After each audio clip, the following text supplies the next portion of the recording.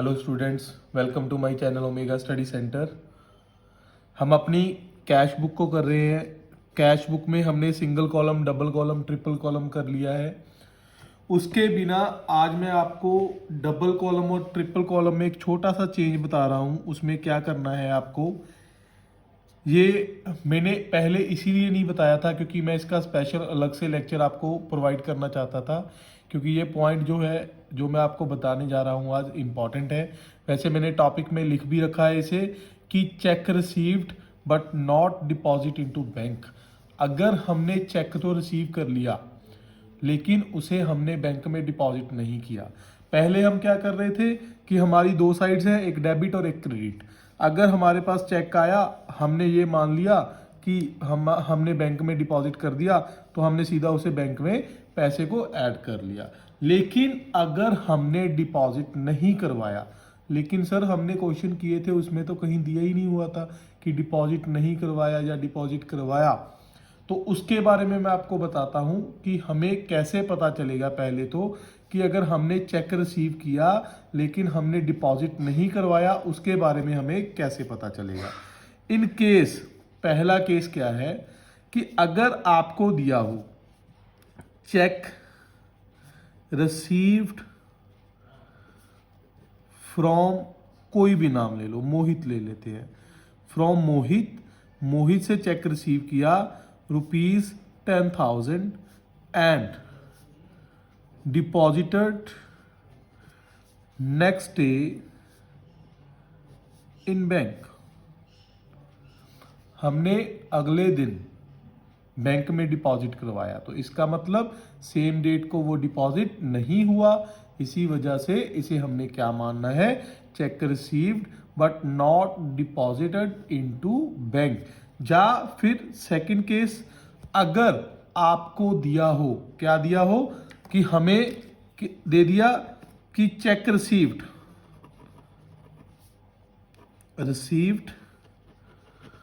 From Mohan ₹15,000। ठीक है, इसके आगे जो डेट दी हुई थी वो मान लो आपको दी हुई है 25 अप्रैल। उसके बाद आपको 2-3 दिन के बाद, 4 दिन के बाद या 5 दिन के बाद की कोई एंट्री, मान लो आपको 29 अप्रैल को एक एंट्री और दे दी कि check of Mohan sent to bank.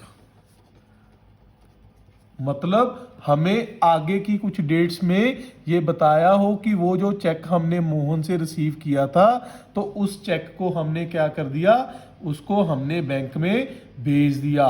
तो इसका मतलब क्या हुआ, जब हमने 25 ऑफ अप्रैल को रिसीव किया था तब हमने उसे बैंक में डिपॉजिट नहीं किया था। तो आपको इन चीजों से पता चल जाएगा, क्लियर हो जाएगा कि आपने चेक रिसीव तो किया लेकिन आपने डिपॉजिट नहीं करवाया। इसमें भी आपने चेक रिसीव तो किया लेकिन डिपॉजिट नहीं हुआ। डिपॉजिट कब हुआ जाकर, 29 अप्रैल को। तो हमने इसका ट्रीटमेंट क्या करना है, पहले मैं आपको इसकी जर्नल एंट्री डाल के दिखाऊंगा, फिर आपको इसका कैश बुक में हम ट्रीटमेंट देखेंगे कि हमने कैश बुक में इसका क्या करना है। तो सबसे पहली entry, when cheque is received. जब हम चेक रिसीव करेंगे तो हम क्या करेंगे, तो हमारी एंट्री आएगी। इन नॉर्मल केसेस में हम क्या करते हैं, हमारे पास पैसा आया, हम बैंक को डेबिट कर लेते हैं, लेकिन हमने बैंक की जगह पर क्या करना है, चेक इन हैंड। आप समझ गए होंगे, इन हैंड का मतलब क्या है कि हमारे पास हाथ में चेक है। हाथ का मतलब ये नहीं होता कि हमने हर टाइम हाथ में ही पकड़ रखा है, उसे हमारे कैश बॉक्स में रख लिया, जहां हमारे लॉकर में रख लिया, जहां भी हम नॉर्मली रखते हैं वहां पर हमने रख लिया। तो इन हैंड ही बोला जाता है जो चीज आपके पास दुकान में पड़ी हो। तो cheque in hand account debit to अगर हमने कस्टमर से लिया है तो हम कस्टमर का नाम लिख देंगे, मतलब अगर मोहित से लिया है तो हम मोहित का नाम लिख देंगे, सिंपल। पहले हमने एंट्री क्या डालनी थी, बैंक टू मोहित, अगर हमने डायरेक्ट बैंक में डिपॉजिट करवा दिया होता। अगर हमें इसके बाद कोई एंट्री ना दी होती, अगर हमें बोल दिया होता 25 ऑफ अप्रैल को कि cheque received from Mohit ₹15,000, that's all, उसके बाद उस मोहित के चेक की कोई भी एंट्री हमें उसके बाद वाली डेट्स में ना दी होती, तो हमने क्या मानना था कि हमारा चेक इमीडिएटली बैंक में डिपॉजिट हो गया। लेकिन इन्होंने हमें आगे जाकर बता दिया कि हम तो वो वाला चेक आज डिपॉजिट कर रहे हैं, तो हमने क्या करना है, हम उसके बारे में कर रहे हैं। अगर हमें सिंपल एंट्री होती, हमें ना दिया होता नेक्स्ट डेट्स में, तो हम क्या करते, हम नॉर्मल एंट्री डाल देते टू मोहित कैश बुक में, क्योंकि पैसा आ रहा है हम टू वाली साइड लिखेंगे, टू मोहित बैंक में हम अमाउंट डाल देते। लेकिन अगर हमने डिपॉजिट नहीं किया तो हमने क्या करना था। अब एंट्री नंबर सेकंड, जब हम डिपॉजिट करेंगे, व्हेन, देखो पहले हमने रिसीव किया, अब हम करेंगे deposit. When cheque is deposit into bank, तो अब हम चेक डिपॉजिट कर रहे हैं, मतलब हमारी बैंक क्या हो रही है, इंक्रीज हो रही है। तो बेसिकली डेबिट द रिसीवर, क्योंकि हम इसे कौन से अकाउंट में डील करते हैं, पर्सनल अकाउंट में डील करते हैं। To check in hand, to check in hand, इसकी ये बन गई जर्नल एंट्री। ये चेक इन हैंड, जो चेक हमारे पास पड़ा था वो हमारे पास से गोज आउट हो गया, दैट्स वाई हमने क्या किया, इसे क्रेडिट किया।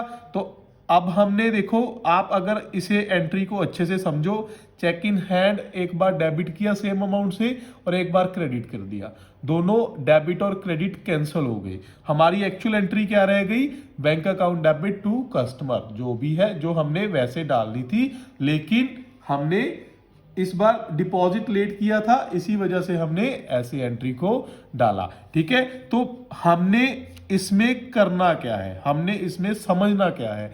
बेसिकली जब आप कैश बुक करोगे, अगर आपको 25 ऑफ अप्रैल को चेक मिला, तो नॉर्मली केसेस में हम क्या करते हैं, 25 ऑफ अप्रैल को बैंक में अमाउंट डिपॉजिट की एंट्री डाल देते हैं, मतलब टू मोहित कितने रुपए, जो भी रुपए हमें गिवन है 15,000। लेकिन इस केस में क्या होगा समझिए, जब आपको 25 ऑफ अप्रैल को पैसा मिला, तब आपका कहीं पर बैंक इंक्रीज या डिक्रीज हुआ, नहीं हुआ। दैट्स वाई 25 ऑफ अप्रैल को हमने कोई भी एंट्री नहीं डालनी। लेकिन जब आपने वो चेक डिपॉजिट करवाया, आपने कब करवाया, 29 ऑफ अप्रैल को, जब आपने उस चेक को डिपॉजिट करवाया, तब आपने बैंक को इंक्रीज किया, बैंक हमारा रिसीवर बना, तब हमने बैंक को डेबिट किया। तो हमने वो एंट्री 25 ऑफ अप्रैल की जगह 29 ऑफ अप्रैल को लिखनी है। मैं आपको इसकी एक एग्जांपल भी दिखाऊंगा, फिलहाल आप इसको समझो पहले, उसके बाद हम इसकी एग्जांपल भी करते हैं। ठीक है, तो ये रहा हमारा क्या, अगर हमने चेक रिसीव किया बट हमने डिपॉजिट नहीं किया बैंक में, तो हमने कैसे कैसे एंट्री डालनी है। तो अगर हम करें बात, वो चेक जो हमारे बैंक में गया है, अगर वो चेक जो हमने बैंक में डिपॉजिट करवाया है, third entry, entry number third, check when check of when check is dishonored, अगर हमारा चेक क्या हो जाए, डिसऑनर हो जाए, इसको हम क्या बोलते हैं, इसका मतलब क्या होता है, नॉर्मली इसे बाउंस भी बोल देते हैं, चेक बाउंस हो गया। बाउंस का मतलब क्या होता है, किसी रीजन के कारण, मतलब कोई भी रीज़न हो सकता है, लाइक साइन सिग्नेचर मैच नहीं हो रहे, या आगे वाले के अकाउंट में बैलेंस नहीं है, या कोई भी रीज़न की वजह से हमारे अकाउंट में पैसे क्रेडिट नहीं हुए, मतलब बैंक ने हमें पैसे नहीं दिए, बैंक ने उस चेक को क्या कर दिया, कैंसल कर दिया। अगर वो हमारा चेक कैंसल हो जाएगा तब हमने क्या एंट्री डालनी है। देखिए, अगर आप अच्छे से समझो, चेक इन हैंड का यहां पर कोई रोल बच गया? नहीं बचा, क्योंकि हमने तो चेक इन हैंड एक ऐसा अकाउंट, जस्ट हमने टेम्परेरी अकाउंट ओपन किया था जिसकी हमारे लिए वैसे तो कोई वैल्यू नहीं थी, लेकिन हमने जस्ट ये दिखाना था कि अगर हमने 25 अप्रैल को चेक लिया है तो हमने उसे अपने रिकॉर्ड में रखना था कि हमारे पास चेक आया है। दैट्स वाई हमने उसे ओपन किया था, अदरवाइज उसकी कोई जरूरत नहीं थी। तब हमने क्या करना है, हमारे पास कौन सी अकाउंट है, बैंक और कस्टमर, जो मेन अकाउंट है हमारे, तो इनको ही हमने उल्टा करना है, कैंसिल करना है। तो कस्टमर को जब हमने पैसा रिसीव किया था, क्रेडिट किया था, अब हम क्या करेंगे, डेबिट करेंगे। तो कस्टमर अकाउंट डेबिट, जो भी कस्टमर है, टू बैंक अकाउंट, मतलब हमने जब पैसा बैंक में जमा करवाया, हमने जब चेक बैंक में जमा करवाया, तब हमने क्या माना कि हमारा पैसा हमारे अकाउंट में जमा हो गया। लेकिन बाद में बैंक बोला कि रीजन ये, मतलब उनके अकाउंट में बैलेंस नहीं है, या सिग्नेचर मैच नहीं हो रहे, या किसी भी रीजन की वजह से ये चेक हम पास नहीं कर सकते। तब हमने क्या किया, हमने उस पैसे को जिसको हमने समझा था कि डिपॉजिट हो गया, उसको हमने क्रेडिट करके कैंसिल कर दिया। मतलब बैंक ने हमें वो चेक रिटर्न कर दिया, हमने अपने कस्टमर को रिटर्न कर दिया, कस्टमर से पैसे दोबारा लेने वाले हम बन गए। इसी वजह से हमने कस्टमर को डेबिट किया और बैंक को क्या कर लिया, क्रेडिट कर लिया। तो अब हम करेंगे एंट्रीज एग्जाम्पल के साथ, आपको क्लियर भी हो, टॉपिक क्लियर भी होना चाहिए, इसीलिए मैंने एग्जाम्पल अभी लिखूंगा। पहले मैंने आपको जस्ट जर्नल एंट्रीज बताई थी, अब हम क्या करेंगे, अब हम कैश बुक में प्रैक्टिस करेंगे इसकी, कि कैश बुक में प्रैक्टिस क्या होगी। मैं अपने पास से डेट्स ले लेता हूं। 1 जनवरी मान लेते हैं 2019 में, चेक रिसीव्ड फ्रॉम करण ₹25,000। उसके बाद क्या हुआ, 5 जनवरी, cheque of Karan deposited into bank. उसके बाद 7 जनवरी को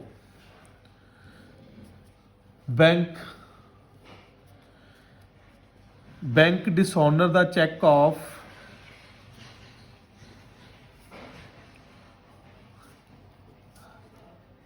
करण, ठीक है, एंड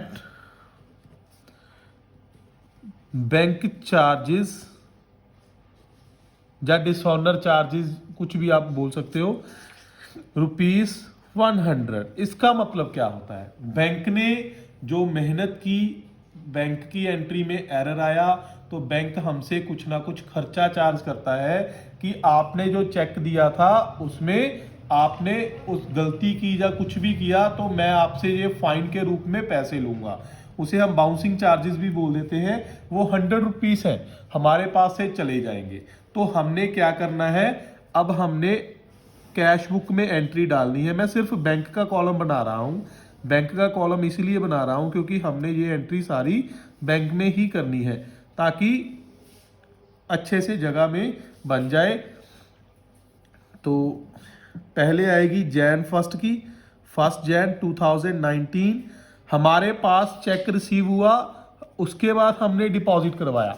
ठीक है, मतलब ये कौन सा बन गया कि हमने चेक तो रिसीव किया लेकिन हमने डिपॉजिट नहीं करवाया। तो पहली एंट्री में कोई एंट्री आएगी आपको, क्योंकि ना तो बैंक डेबिट हो रहा है और ना ही क्रेडिट हो रहा है, मतलब बैंक में तो पैसा जा ही नहीं रहा। इसी वजह से हमने 1 जनवरी की कोई एंट्री नहीं डालनी। आपको क्लियर हुआ? आपको जब चेक रिसीव हुआ आपने एंट्री नहीं डाल, लेकिन जब आपने डिपॉजिट करवाया, जब आपने 5th ऑफ जैन को चेक डिपॉजिट करवाया, तब आपने क्या करना है, तब हमने एंट्री क्या डाली, bank account debit to check in hand. मतलब हमारा बैंक क्या हो गया, इंक्रीज हो गया। तो बैंक इंक्रीज होगा, पैसा आएगा तो हमने कहां पर डालना है, डेबिट साइड पर। लेकिन लिखेंगे क्या हम, टू चेक इन हैंड। कितना, 25,000। उसके बाद आपको क्लियर हो गया, क्योंकि इसमें हमने जब डिपॉजिट करवाया उसी डेट को हम एंट्री डालेंगे, और जो पहले वाली एंट्री है वो हमारी जर्नल में रह गई। उसके बाद हमारे पास क्या आ गया, उसके बाद जो चेक हमने करण से लिया था वो चेक क्या हो गया, डिसऑनर हो गया, और बैंक ने हमारे पास से 100 रुपया खर्चा ले लिया। तो 7th ऑफ जैन, क्यों, क्योंकि हमने, हमारे पास से पैसा जा रहा है इस बार, क्योंकि हमने जो गलती से माना था कि पैसा हमारे पास आ गया वो आया नहीं, इसीलिए हमने उसे कैंसिल करना है। तो हम क्या लिखेंगे, बाय, कस्टमर का नाम लिखना है क्योंकि इसके नाम से गलती हुई है। तो बाय करण, कितने रुपए के साथ, 25,100। अरे सर चेक तो उसने 25,000 का दिया था, आपने 100 कहाँ से ले आए आप। 100 जो बैंक चार्जेस हमें पड़े हैं, बाउंसिंग चार्जेस पड़े हैं, वो हमारी गलती नहीं है, करण के अकाउंट की गलती है। चाहे अकाउंट में के सिग्नेचर मिसमैच हुए, चाहे उसके अकाउंट में बैलेंस नहीं था, या कोई भी रीजन रह गया, उसमें हमारा तो कुछ नहीं है, हमारी तो कोई गलती नहीं है। तो हम क्या बोलेंगे, हमने करण से 25,000 तो वैसे लेना है, और 100 रुपया जो बैंक ने हमसे ले लिया वो भी कौन देगा, वो भी करण देगा आपको। दैट्स वाई हमने उसे ऐड करके एंट्री में लिख लिया। तो आपको इस चीज में क्लियर हुआ कि हमने करना क्या है और कैसे कैसे करना है। अगर इसमें आपको कोई दिक्कत होगी तो आप मेरे से पूछ सकते हो, कोई बड़ी बात नहीं है। और एक और चीज मैं आपको बताना चाहता हूं, उसमें भी बच्चे काफी बार कंफ्यूज हो जाते हैं। जो मैं आज आपको करवा रहा हूं बेसिकली ये टिप्स ही हैं, और इसमें जो मैंने देखा है कि बच्चे जिन पॉइंट्स में कंफ्यूज होते हैं, मैं वही पॉइंट्स आपको बता रहा हूं। मैंने डबल एंट्री, सॉरी अपना कॉन्ट्रा एंट्री भी मैंने आपको इसीलिए ज़्यादा डिटेल में बताई थी, क्योंकि कॉन्ट्रा एंट्री में भी बच्चे कंफ्यूज हो जाते हैं। उसमें भी आपको बस छोटी सी चीज़ का ध्यान रखना है कि पैसा आ रहा है बैंक में या कैश में। अगर कैश में आ रहा है तो मतलब जिस चीज़ में पैसा आ रहा है आपको उसको डेबिट करना है, बस इस चीज़ को आपको ध्यान रखना है। अगर आपने किसी ने नहीं देखी तो आप प्लीज़ उसे देखो। डबल एंट्री सिस्टम में, sorry double column cash book में मैंने जो लेक्चर रिकॉर्ड किया हुआ है डबल कॉलम कैश बुक का, उसमें मैंने बता रखा है कि काउंटर एंट्री कौन सी होती है और काउंटर एंट्री को पास कैसे करना है। बेसिकली अब हम टॉपिक करेंगे एंडोर्समेंट।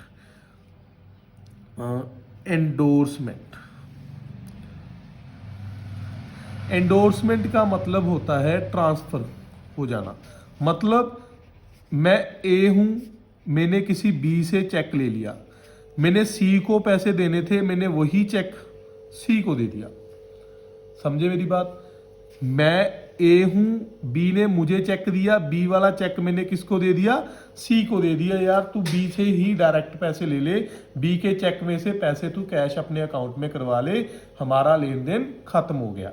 ठीक है, तो इस केस में हमने क्या एंट्रीज करनी होती है। अगर आपको ये वाला केस आ जाए फिर आप क्या करोगे उसके बारे में मैं आपको बताता हूं। पहले मैं आपको जर्नल बताता हूं, फिर हम करेंगे इसकी कैश बुक में प्रैक्टिस।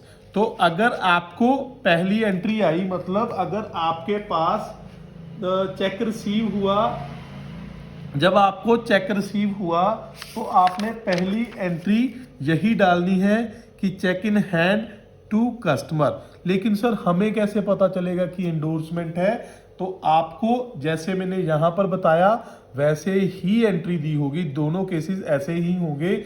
मतलब हमें दिया होगा कि cheque received from Mohit and endorse to Rohit.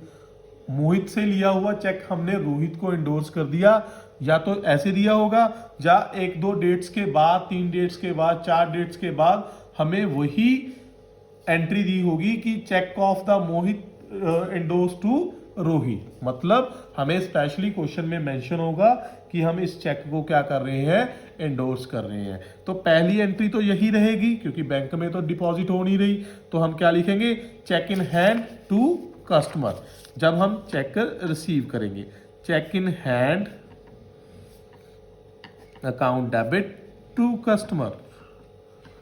उसके बाद क्या होगा, जब हम एंडोर्स करेंगे, जब हम उस एंट्री को एंडोर्स करेंगे, मतलब जिसको हमने पैसे देने हैं, क्रेडिटर्स मैंने आपको बताया था ना, जिससे हम उधार सामान लेते हैं।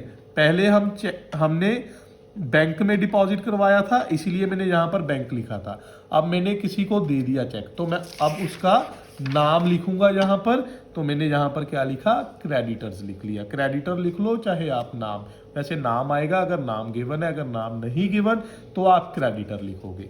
तो उसके बाद हमने क्या करना है, इन केस ऑफ डिसऑनर, तो इनमें से आप बताओ कैश बुक में कोई एंट्री आएगी? जी बिल्कुल नहीं आएगी। क्यों नहीं आएगी? क्योंकि ना तो हमने कहीं पर कैश को लिखा है और ना ही हमने कहीं पर बैंक को लिखा है। क्योंकि बी से चेक आया, हमने हमारे कैश बॉक्स में रखा, उसके बाद हमने उसे किसको दे दिया, सी को दे दिया, बात खत्म। बैंक में तो कुछ लेन देन हुआ ही नहीं, तो हमने बैंक की एंट्री या कैश की एंट्री को लिखना होता है कैश बुक में। तो अगर ना कैश इंक्रीज हुआ ना ही बैंक इंक्रीज हुआ, तो हमने इसे कैश बुक में क्यों लिखना, ठीक है। और इन केस हमारा केस नंबर 3, जैसे हमने पहले किया था कि अगर ये भी चेक डिसऑनर हो जाए, अगर हमने बी से लेकर सी को चेक दे दिया और सी ने उसे बैंक में लगाया और चेक हो गया डिसऑनर, फिर आप क्या करोगे? इसमें भी आपको वैसे ही करना है जैसे हमने पहले वाले केस में किया है। मतलब चेक इन हैंड के साथ चेक इन हैंड का तो रोल खत्म ही हो गया। उसके बाद क्या बच गए, कस्टमर और क्रेडिटर। इसको हमने उल्टा कर देना है। मतलब यहां पर हमने कस्टमर को क्रेडिट किया था, तो यहां पर हम क्या कर देंगे, डेबिट कर देंगे। Customer debit to creditors. तो बेसिकली आपको इसकी जर्नल में अपना कैश बुक में कोई एंट्री नहीं डालनी। क्लियर हुआ आपको? अगर आपको एंडोर्समेंट का कुछ आ जाता है तो आप इसकी एंट्री कहां पर, कैश बुक पर नहीं डालोगे। इसका एक और अल्टरनेटिव भी है, लेकिन आपको वो करने की जरूरत नहीं है। उसमें अल्टरनेटिव में क्या होता है, हम चेक इन हैंड की जगह क्या लिख लेते हैं, कैश लिख लेते हैं। तो चेक इन हैंड की जगह अगर आप कैश भी लिखोगे तो कैश लिखोगे, फिर आपको दोनों साइड एंट्री डालनी पड़ेगी। अगर मैं वैसे करके बताऊंगा आपको, तो cash account debit to customer, तो आप यहां पर लिखोगे टू कस्टमर, जो भी उसका नाम होगा। फिर उसके बाद बाय क्रेडिटर्स, ठीक है, जिसको आपने दे दिया चेक। उसके बाद कोई एंट्री नहीं आएगी, बस आपको ये 2 एंट्रीज डालनी है। नॉर्मल सी बात है, ठीक है ना। अगर आपको सेकंड केस करना है, लेकिन आप ये वाला ही करो कि आपको कोई एंट्री डालने की जरूरत ही नहीं है। तो ये हो गया हमारा आज का लेक्चर, जो किस चीज पर था कि हमने चेक रिसीव किया लेकिन उसे बैंक में डिपॉजिट नहीं करवाया। तब हमने कौन कौन से केसेस होते हैं उसमें, और हमने क्या क्या उसमें ट्रीटमेंट करने होते हैं, मैंने सिर्फ आपको ये बताया है। और आपको इन चीज़ों का ध्यान रखना है, क्योंकि सीबीएसई वाले स्टूडेंट्स के लिए ये बहुत इंपॉर्टेंट पॉइंट है। कैश बुक का सिर्फ आपको 2 चीज़ें मेन ध्यान में रखनी है। एक तो आपको कॉन्ट्रा एंट्री कैसे डालनी है, और नंबर 2 ये वाली, अगर आपके पास चेक आया और आपने बैंक में डिपॉजिट नहीं किया, उस चीज़ का आपको ध्यान रखना है कि वो कैसे और कब और कैसे आपको पता लगाना है कि हमने डिपॉजिट नहीं किया है। थैंक यू स्टूडेंट्स, मिलते हैं नेक्स्ट लेक्चर में, जो हमारा पैटी कैश बुक का होगा। पैटी कैश बुक 2 तरह की होती है, जब हम करेंगे तब मैं आपको बताऊंगा अच्छे से। और सुनते रहिए, अपने दोस्तों को भी बताइए, क्योंकि मैं सारे के सारे लेक्चर आपकी पूरी की पूरी +1 और पूरी की पूरी +2 मैं आपको फ्री में वीडियोस प्रोवाइड करने वाला हूं। आप ये मत सोचना कि सर यहाँ पर रुक जाएंगे या लॉकडाउन ओपन हो जाएगा उसके बाद मैं रुक जाऊंगा। आपके लिए ये सारी वीडियोस फ्री आती रहेंगी। आप फर्स्ट लेक्चर से लेके एंड तक आप सारे के सारे चैप्टर करोगे। आपका एक एक टॉपिक और एक एक चैप्टर आपको वीडियो में मिलेगा। और अगर आपको किसी को समझ नहीं आ रहा है तो आप मेरे से कांटेक्ट कर सकते हो। मैं बार बार आपको बता रहा हूं कि आप mobile app omega study centre की, जो मैंने वीडियो के एंड में एक फोटो लगा रखी है, उसमें QR कोड दे रखा है, उसको स्कैन करके भी आप डाउनलोड कर सकते हो, या फिर आप आपकी प्ले स्टोर में से भी डाउनलोड कर सकते हो। अगर किसी को फिर भी दिक्कत आ रही है तो आप मेरे से कांटेक्ट कर सकते हो। कांटेक्ट करने के लिए आप व्हाट्सएप के थ्रू भी कर सकते हो, मोबाइल ऐप के थ्रू भी। और एक टेस्ट सीरीज मैंने इससे पहले वाले लेक्चर में भी अनाउंस की थी कि मैं एक टेस्ट सीरीज स्टार्ट कर रहा हूँ, फ्री टेस्ट सीरीज। अगर कोई बच्चा इंटरेस्टेड है तो मोबाइल ऐप डाउनलोड करो, आपको टेस्ट सीरीज आपकी स्टार्ट हो जाएगी। थैंक यू स्टूडेंट्स, मिलते हैं हम नेक्स्ट लेक्चर में।